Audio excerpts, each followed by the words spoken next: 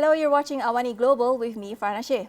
Indonesia, the third largest democracy in the world, has recently wrapped up their presidential and legislative elections with over 205 million eligible voters. Defence Minister Prabowo Subianto emerged victorious based on unofficial results. So what's next? Here with us is Douglas E. Ramage, Managing Director of Bauer Group Asia Indonesia, to tell us what's going to happen next. Thank you for joining us. Thank you for having me. Right. Let's start with the basic.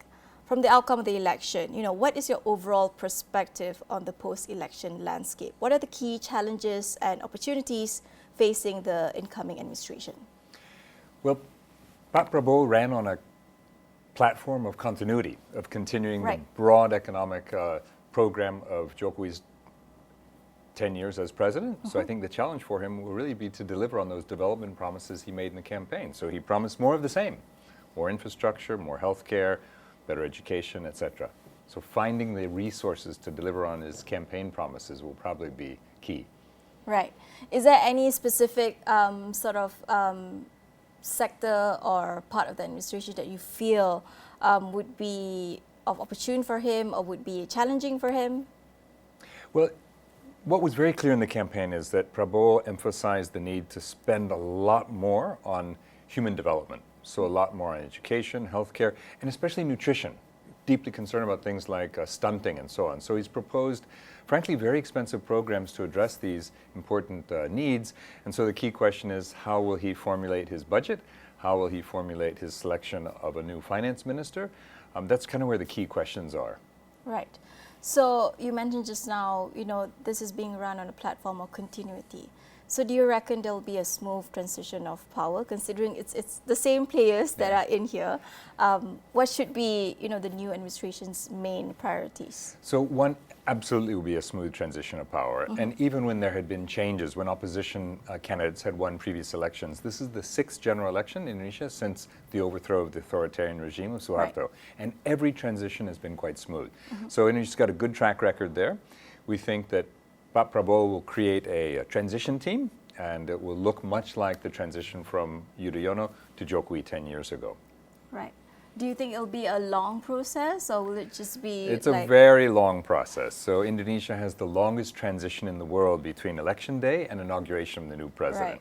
So election was the 14th of February, and inauguration of the new president is not till the end of October. And the announcement of his cabinet will be even after that, so probably late October. So we've got a long time to wait till we see who is actually going to make up the new government.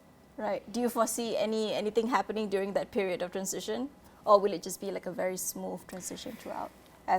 There's going to be controversies. There's going to be controversies for sure. The losing candidates, or the presumed losing candidates, the former governor of Jakarta, Anies Baswedan, the former governor of Central Java, Ganjar, both, the assumption of most analysts in Indonesia is that they will surely bring challenges in the Constitutional Court, concerned about what they will likely identify as some irregularities in the voting.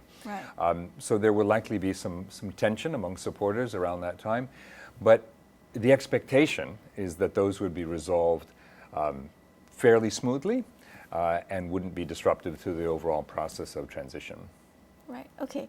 So, we've heard the manifestos, the pledges and all that, but, drawing back to the people here, what should be the new administration's main priorities? What do the people want?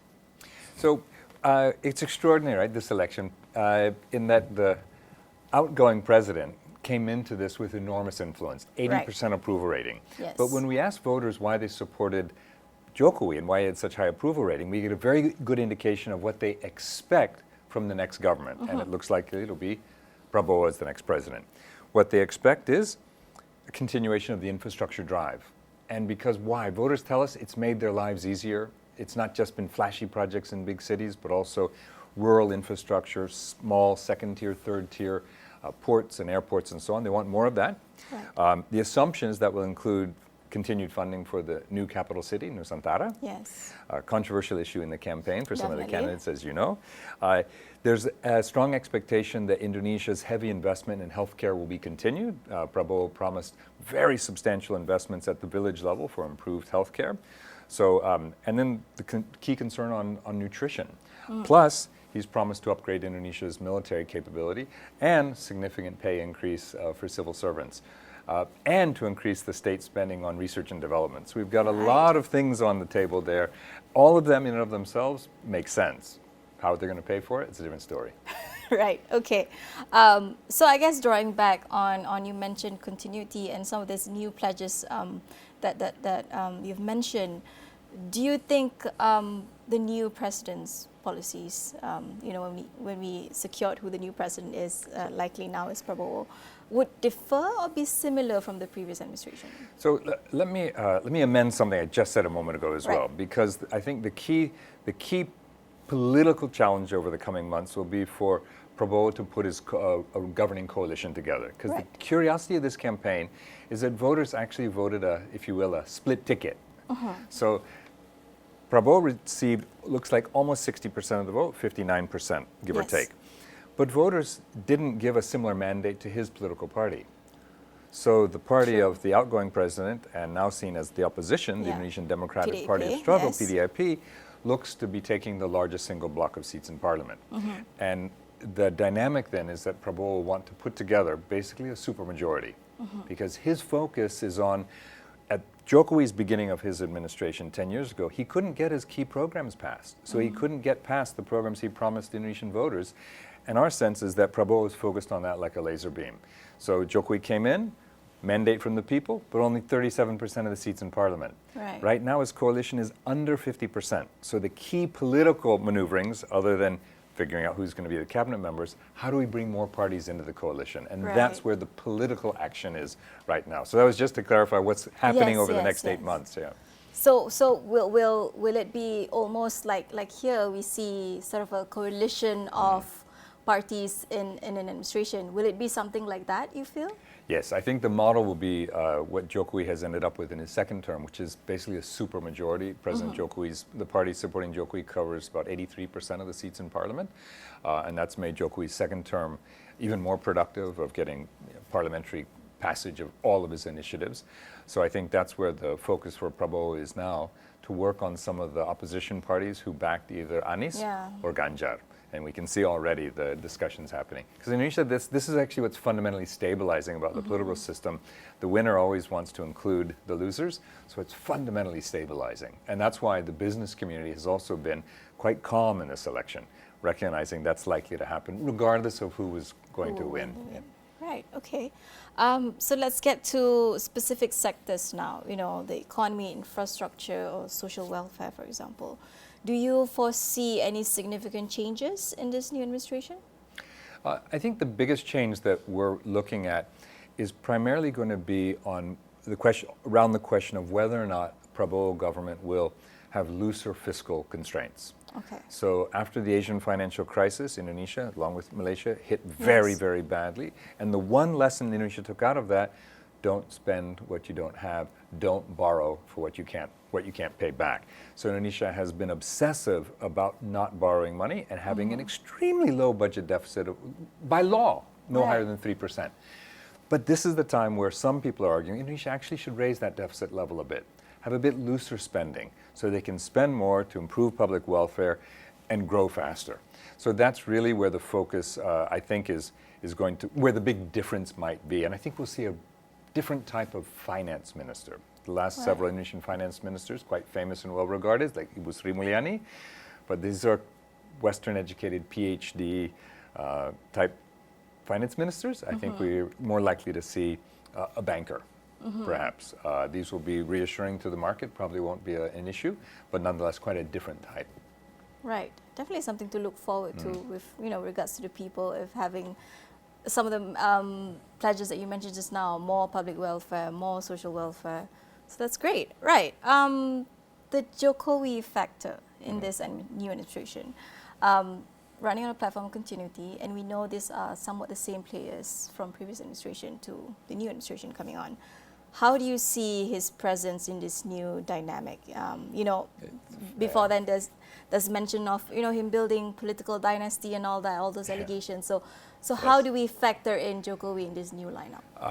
It's the other most interesting question right now. Right. What is Jokowi's long-term plan? There is no precedent in Indonesian history, and almost no precedent in any democracy in the world, where a newly elected president remains deeply indebted and deferential to his predecessor. Very, yeah. So I think what some analysts may have missed initially was that Prabowo's the endorsement he got from Jokowi, the fact that the president's son is his running mate and likely to be the next vice president, was an electoral strategy to get elected. But it doesn't mean that a Prabowo presidency is a Jokowi third term. Okay. So in broad sense, economic development, similar, because both realized Indonesia cannot become a developed nation without a lot more foreign direct investment and an open economy. But I think so many other things are on the table. And what does Jokowi bring to the table in terms of his influence? He does not have his own political party. He does not have a lot of money. The vice president of Indonesia is structured on the vice presidency in the United States, which is a position that has no particular influence, no structural influence. So key things to watch will be whether the role of the new vice president. Will that indicate President Jokowi's own influence? The political party that the president's other son took over before the election didn't meet the parliamentary threshold. So the president and his family have lost the ability to influence things through that political party, PSI. Right. Yes.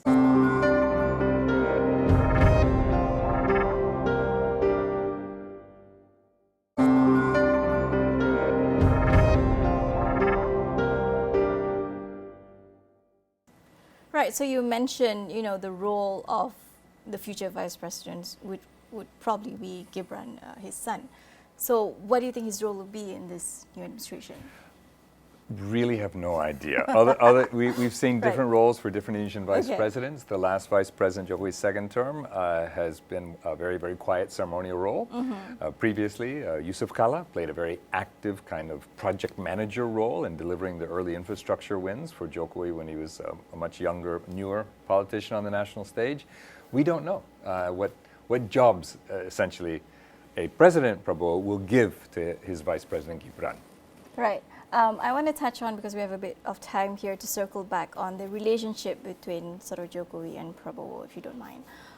Do you see, this dynamic changing, or is Prabowo the type that would stand on his ground when it comes to, determining what's right and what he wants to do in the administration, for example? So look, for me, and I think a lot of observers in Indonesia, there's no question that Prabowo will be his own president. No one he's well known. He's 72 years old. This is his third run for the presidency, fourth time at the top jobs, because he ran once as a vice presidential candidate to Megawati. Essentially has been ambitious to be Indonesia's president for decades. Someone like that doesn't set aside their own ambitions and ideas and thinking about the world and the region and their own country simply to let his predecessor determine things. So I think we just need to be aware of that within these broad outlines that they've already said they would run on. The relationship, the assumption is that inevitably there will be a divergence of interests. Right. And this is normal, I think, in politics and democracies, not unexpected. There may be different emphasis in the Prabowo administration than there would be in Jokowi. So I think we're waiting to see that. But the expectation is there probably will be some divergence at some stage. But for sure, Prabowo will honor what's widely reported as his promises and commitments to the president to consult him. That's clearly happening right now in terms of political party coalitions and possibly cabinet members. But let's try to answer that question a year from now instead. Right. I mean, I think, especially for the younger generation, they don't really see, like you said, Prabowo, this is his third time in the running. There are also people who liken him to Anwar here in terms of the drive to become the next president. So he's in there. He has been in the cabinet. He has experience, and it's his one of life goals to become the president, and he's here now. So I'm pretty sure that accounts for something. Right. Can I add one more thing? Sure, go ahead. So the other thing that's striking about his win, he has a real mandate. Why? Because Prabowo won across all demographics in Indonesian society. Right. So a lot of fuss has been made about very young people, the youngest generation voting for him, but he won in all demographics, including baby boomers. He won in all age groups, he won in all income groups, he won the plurality of non-Muslim voters as well. He won all religions, ethnicities, races, income levels, professions, and geographic areas. This is almost unprecedented democracy. So he brings considerable mandate to the job. So again, I think we have to just recognize, surely with that kind of mandate, he will also be interested in being his own president. Right. Do you mind elaborating a bit further as to why he had gained so much popularity in terms, in every sector, not just Gen Z, where everyone's putting their bucket in Gen Z, for example. Right. So why have we got here? I think this time, in this run for the presidency, Prabowo correctly read the electorate. What was the mood of the electorate? So Indonesia follows, in a sense, some of the iron laws of democracies globally. Right. When the electorate is in the mood for continuity, if you're a candidate promising change, you've probably got a better chance of winning. But the electorate was not in a mood for change. The electorate likes the direction of the country. So when Indonesian voters are asked in high-quality public opinion surveying for the last several years, they say overwhelmingly, Indonesia is on the right track. Indonesian voters are optimistic and forward-leaning, and they like the focus that Indonesia's had in the last 10 years. Okay. So he read that, and he promised, you like Jokowi era? Then I'll deliver more of the same. So it was a fundamentally a correct reading of the electorate. I think that's one thing. The other is, it was absolutely crucial to get President Jokowi's endorsement. Absolutely crucial. And the surveys show that after the president's son joined his ticket, and after more and more voters became aware that President Jokowi favored Prabowo and Gibran as the candidate pair, his approval ratings and intent to vote for Prabowo just kept steadily moving up since October. So these two factors, plus the country is currently in a good situation with relatively low inflation, at least during election day. Country's at peace, consumers are confident. All those things pointed to him kind of having again read the electorate right, and he had a lot of resources. So a lot of money behind the campaign, and give credit where credit's due. His team created and executed a very savvy advertising campaign, which you saw when you were in Jakarta, right? Rebranded himself as a very affable, approachable figure, appealed to young people, and the gemoy to the young people. Yes, that's right. Right. Yeah. Right. I mean, he definitely did his homework then. Okay, let's move on to foreign policy strategy, because this is something that is, I think, quite a differing point when it comes to Jokowi and Prabowo. I think Jokowi, in a sense, if we analysts observe, is more centered around local policies, local popularity within Indonesia itself. But Prabowo is quite vocal when it comes to, Europe, for example, China, for example. Probably building relationship outside of Indonesia. So what do you think is his foreign policy strategy? Well, I think there is you're absolutely right that there is going to be a difference, right? Yes. And I think it's because Prabowo is known for being more geopolitically sensitive. Yes, it comes from his training and his professional career, so I think that's to be expected.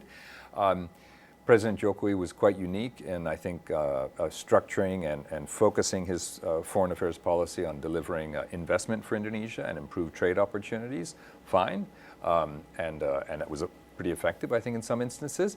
But I would imagine that under a President Prabowo, Indonesia will be more comfortable, once again, expressing more of its position on broader geopolitical issues and positioning for Indonesia, trying to leverage what has been its relatively low political heft globally. But he's a well-known figure, right? I mean, he's well-known here in Malaysia. He's, of course, spent part of his childhood here in Malaysia. So I think here, the Malaysian government knows him well. I think there has been a lot of questions asked about whether Prabowo will lean more towards China or the United States. It's a false question in Indonesia, because just like Jokowi and all Indonesian presidents since the 1960s, obsessed with finding a middle path. So the first, one of the first foreign ambassadors to congratulate Prabowo is the Chinese ambassador. Also made a personal call on him. Prabowo is very clear he wants to maintain that strong Chinese investment and trading relationship. But at the same time, as Minister for Defense, he invited greater numbers of American and Australian troops to live fire exercises on Indonesian soil and waters since World War II. Right. Extremely interesting. Right. So defense relationships with the West, if you will, have improved and strengthened under his time as foreign minister. So my sense is that you'll see a bit of that balance there with strong relationships with the West and continued strong economic relationships with China. Making sure both interests are well taken care Yes. of. Right. We don't want to fret over this, but assessment of the losing candidates, how will they feature in the near future, you think? Well, I think Indonesian voters they were fortunate. 3 very strong candidates in this campaign. Yes. And my how a few months makes a difference. I mean, 6, 8, 12 months ago, of course, Ganjar was the leading candidate. He was seen as an extremely successful governor of Central Java with a strong political career ahead of him. I'm less certain on where Ganjar goes after this. Likely still active in the party. Perhaps he's in the party hierarchy. It's a little bit easier to think about Anies Baswedan. Very strong, competent run. It's his for the first time presidency. running, right? First time running for Right. both of them. Both Ganjar and Anies relatively yes. young, mid-50s, 55 I think both, 54, 55. Some of the talk right now is that Anies has positioned himself well to take another run at the Jakarta governor position. Widely seen to have been an extremely effective governor of Jakarta. Yeah. And that race is open. Right. And looks like he's done pretty well in the voting in Jakarta for presidency. Kind of neck and neck. I would say he like has with some Prabowo. hardcore supporters there. Yes, he does. Yeah, so he would be a strong candidate. If he ran for governor of Jakarta and he won, he positions himself for 2029 for another shot at the presidency. Right. But Okay. who knows? So who knows? We'll never know. So predictions for the political landscape in Indonesia over the next 5 years. I think what has been stabilizing this round of elections. So, by way of maybe preamble to my answer to your question, is that the business community this time, the foreign business community and the Indonesian business community, were not particularly worried about any of the candidates. In fact, the assumption was that Indonesia would remain open to foreign investment and economic growth, no matter who won. So. None of the elites in Indonesia who lead the political parties who are now grouped around Prabowo, none of them believe that Indonesia can achieve its objective of becoming one of the 8 most wealthy countries in the world by 2045. This is a national goal and objective for Indonesia to become one of the wealthiest top countries in the world in only 20 years. Right. It's a hard thing to achieve. Yes, definitely. All of them agree there's no way they can achieve it without vastly increased amounts of foreign direct investment. In other words, economic openness, something actually Malaysia has recognized and acted upon for much longer than Indonesia. So I think that kind of sets the boundaries, and that's our expectation. And I think it's why you see markets have reacted pretty well to the election, and an expectation of, if not business as usual. But Indonesia needs to do more than just more of the same, because Malaysia, Thailand, Vietnam, Philippines, India, Brazil, they're not just sitting still. They're also reforming their investment climates as well, and trying to be more competitive and attract more of that limited amount of foreign capital that they also need to grow. So I think what we're watching for over the next 5 years is, will the new government introduce additional rounds of reforms to build upon what Jokowi did in his second term in particular? That's what we're waiting for. Are you hopeful that they will be successful in doing so? Jury's out on that, because there wasn't any discussion of it in the campaign. Right, definitely. Because they want to get to 6.5% or 7% growth. You're not going to do that with another round of reforms. I think concern of analysts is that Indonesian officials believe that the legislation they passed in the last several years, the Omnibus Law on Job Reform, which is really a foreign investment reform law, they believe that that's enough. And then there was an important law to reform investment in the healthcare sector. That was also very good. But I think both domestic and foreign investors are looking for another round of liberalizing reforms. And what those will be, we'll wait and see. Right. I mean, it's definitely something to look forward, not just, investors, businesses to look forward to, but also, people like us, normal daily people, to look into, how Indonesia is growing, the 3rd largest democracy, how it's flourishing, especially with this new administration. All right. I think that's all the time we have. That was a very thorough analysis of what will happen next in Indonesia with Douglas Ramage, Director of our Group Asia, Indonesia, Asia. Thank you so much for your time. Thank you for having me. Thank you for watching. I'm Farnashe.